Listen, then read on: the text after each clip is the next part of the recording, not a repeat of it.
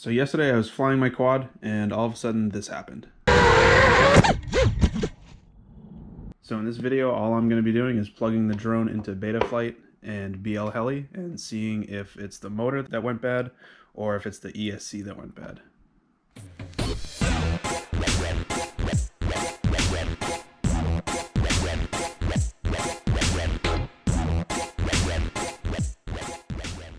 Alright, so I have my quad ready to be plugged into BL Heli. Alright, so the first thing you want to do is make sure that you have all the props off of your quad, because when you plug it into the computer and you have a battery connected to it, it could spin up and then fly around your house. So I'll plug the quad in to a battery.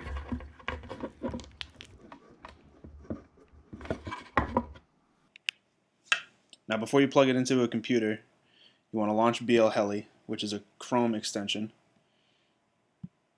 So open up Chrome, go to Apps, BL Heli Configurator, or if yours is running BL Heli 32, you'd open up that. This is running BL Heli S.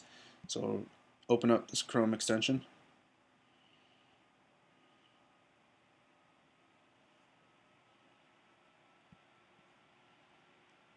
Alright. So now with your quad powered on and the USB hooked up, plug it into the USB port on your computer, and it will show up right up in this corner. So hit connect. Make sure you've taken the propellers off before you're doing anything on this tab. So propellers are off, so we'll hit read setup. Alright. So since everything's showing up over here, I can tell that the ESCs are fine. At least it's reading every ESC, so each ESC is getting power. So that makes me think it's a motor. But before I decide that it's a motor, I'm going to take the tape that's covering the ESCs off and just make sure that everything looks good. And if that's the case, then it probably is the motor. So we'll disconnect this, close BL Heli.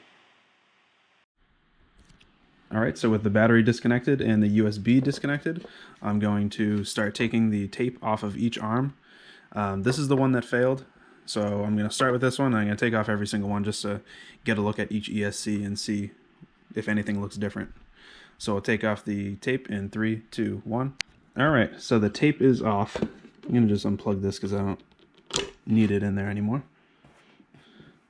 Now, this is the ESC that failed. When I pick it up, it feels pretty hot. It feels warm. None of the other ones have any temperature to them. So I just had it plugged into the computer and I had the battery connected. And this one is the only one that's hot, and this is the one that failed. So hopefully you can see this, but when you flip it over and you look at the negative and positive and the signal lead, the negative is actually, it looks melted. And there's little parts on the ESC that aren't where they're supposed to be. So that tells me that the ESC is actually failed. And hopefully the motor is fine. So even though BL Heli recognized that the ESC was there, it's getting a signal from the flight controller. But the signal's going through the ESC and it's stopping here. So that's why the motor shorted out. Just because this negative lead melted over into the signal wire. So what I'm going to do now is I'm going to plug this in back into my computer and I'm going to read the black box and just see what that looks like. Alright, so I got the USB all hooked up. So I'm going to plug that into the computer and I'm going to launch Betaflight. If you plug the drone into the computer before you launch Betaflight, it won't read the drone. So now with Betaflight launched, I'm going to plug it in.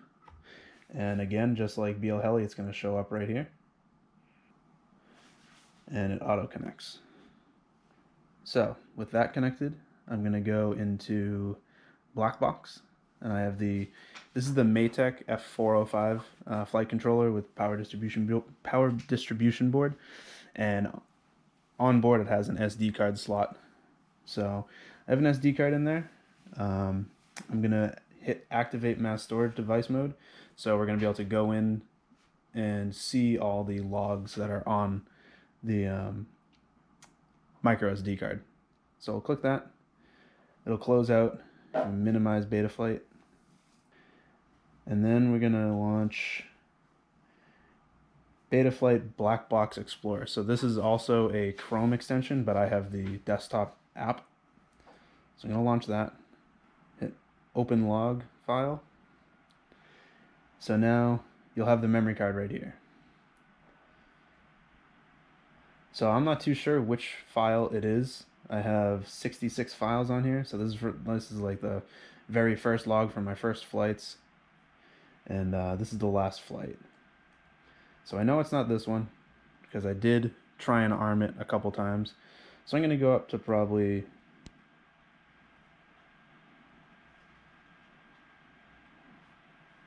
try 402 kilobyte. We'll try this one. We'll try log 51. So I'll hit open. It's reading it. All right.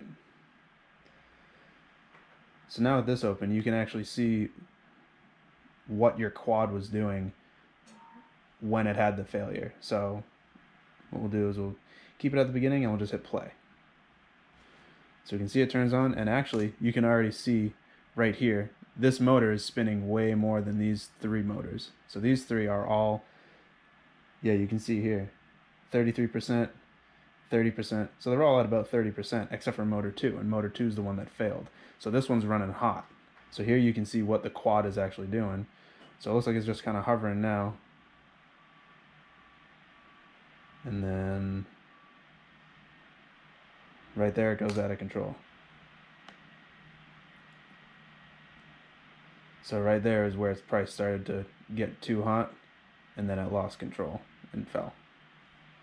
So judging from this, I'm going to replace the ESC. What my plan is I'm going to take all these ESCs off because I'm not too sure about this brand. This is the Racer Star 30 amp ESCs. So I'm going to actually replace these all with some Lumineer 30 amp ESCs. And I'm going to keep these other three that I know are working and put them on another drone that I build in the future. So this ESC's junk. That kind of sucks because I only got 10 flights out of it, but I'm gonna go ahead and order another motor anyway since it's only like $8 and get a new set of ESCs. I'll leave links to all these parts in the description, but hopefully this helps someone. Thanks for watching.